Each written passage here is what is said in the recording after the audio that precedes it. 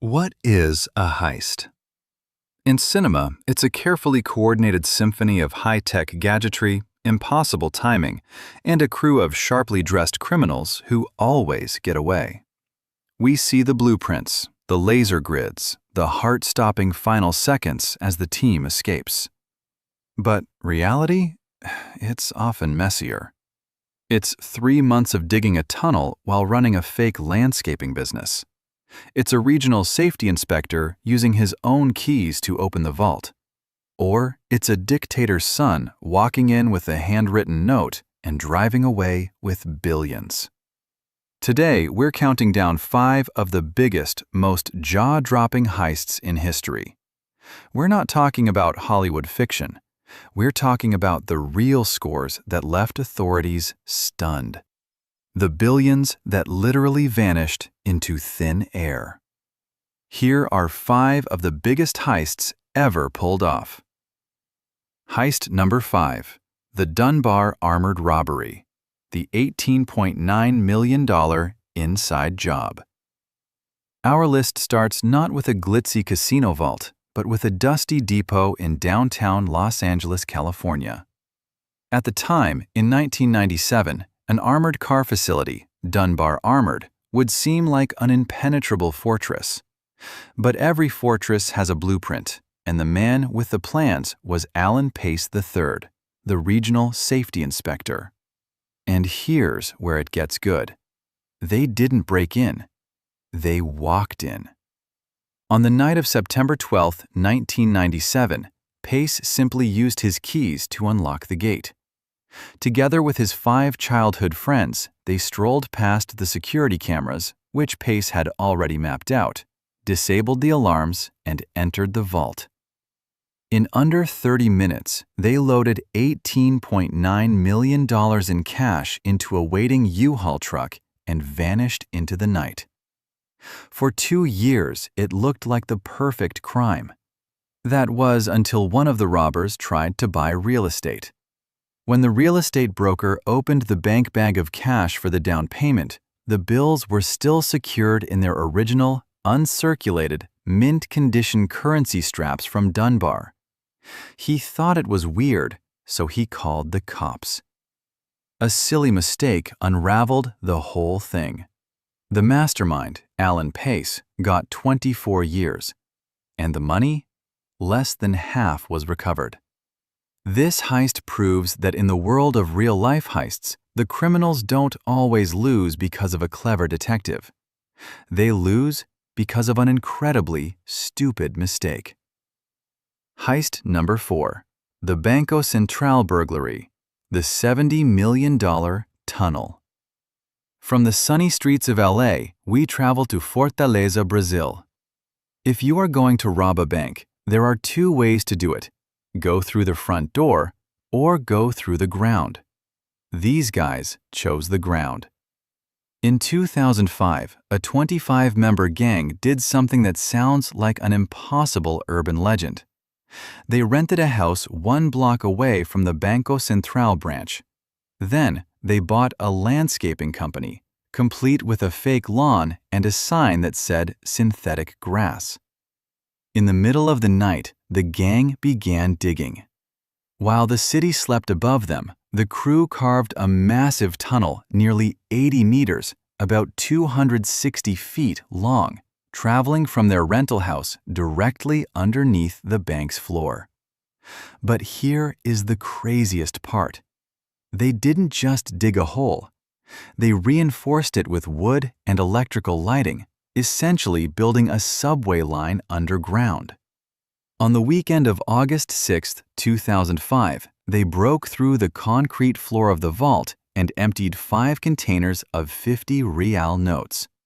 They didn't stop until they had loaded 3.5 tons, that's heavier than a car, worth of cash, roughly $70 million. Because the bills were old and unmarked, almost impossible to trace, the gang vanished. To this day, only about 20 million reais has been recovered. It remains one of the largest bank burglaries in history, proving that sometimes The loudest heist is the one happening silently, 20 feet beneath your feet. Heist number 3. The Antwerp Diamond Heist. The $100 million flawless robbery. Our next heist takes us to the diamond capital of the world, Antwerp, Belgium. This vault wasn't just a bank vault, it was a masterpiece of security. It had heat detectors, motion sensors, a magnetic field, and a lock that the manufacturer claimed was unpickable. To the Italian gang known as the School of Turin, that was an invitation.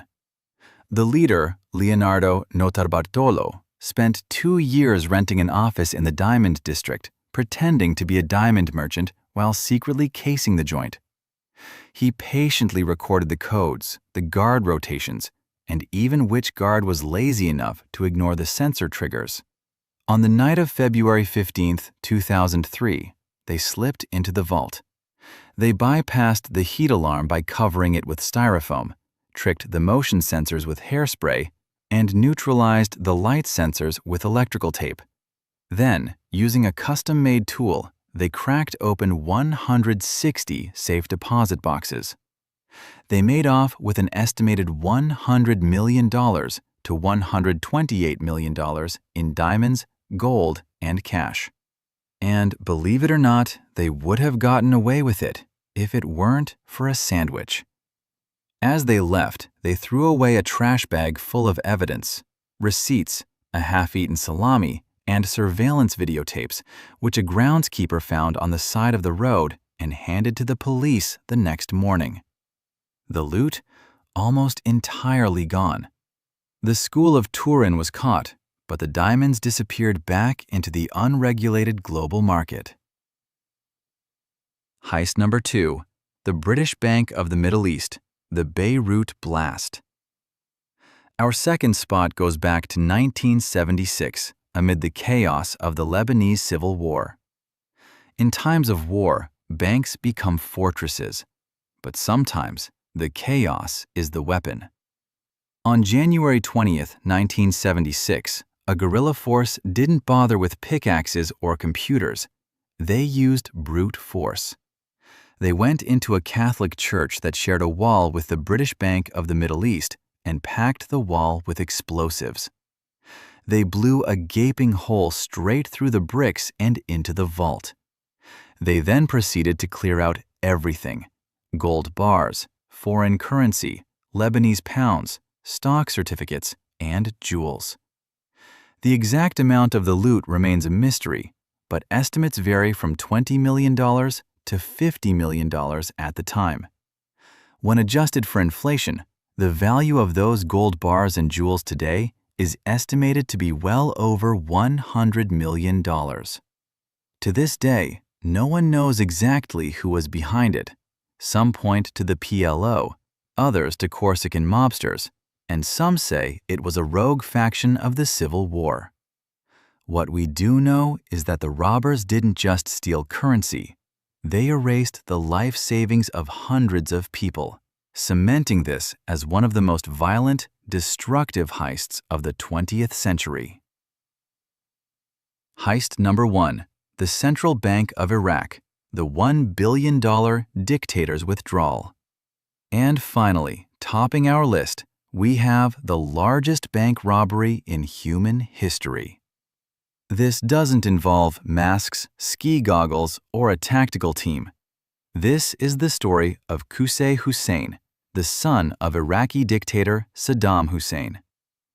In the early morning hours of March 18, 2003, while American bombs were beginning to fall over Baghdad, 3 large trucks pulled up to the Central Bank of Iraq. A man walked inside and presented a note signed by Saddam Hussein himself. The note basically said, "Give me the money," and they did. It took them several hours to load the trucks. By the time they finished, they had packed almost $1 billion in $100 bills, along with 100 million euros in euros. A full quarter of the country's currency reserves.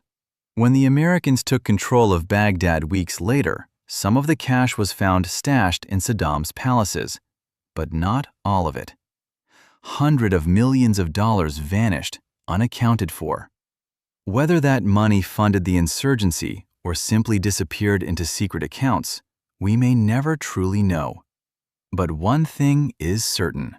When you're a dictator, you don't need a gun. You just need a piece of paper. So, what's the difference between Hollywood and reality? Usually, the soundtrack. But the scariest part about these stories isn't the stolen money. It's the hubris. It's the idea that the perfect crime is always possible. But it's almost always stopped by the most ridiculous detail. Like a broker noticing a shiny piece of paper or a hungry thief throwing away a sandwich wrapper. From underground tunnels to handwritten notes, these thieves didn't just break the law, they bent the world around them. And for a brief moment, they pulled off the impossible. Thanks for watching. Which of these 5 heists blew your mind the most? Was it the dictator's son walking in with a note, or the guys who dug a tunnel through an entire city block? Let me know in the comments below. And don't forget to like, subscribe, and hit the bell so you don't miss our next deep dive into the stranger side of history. Stay safe and keep your eyes on your vault. I'll see you in the next one.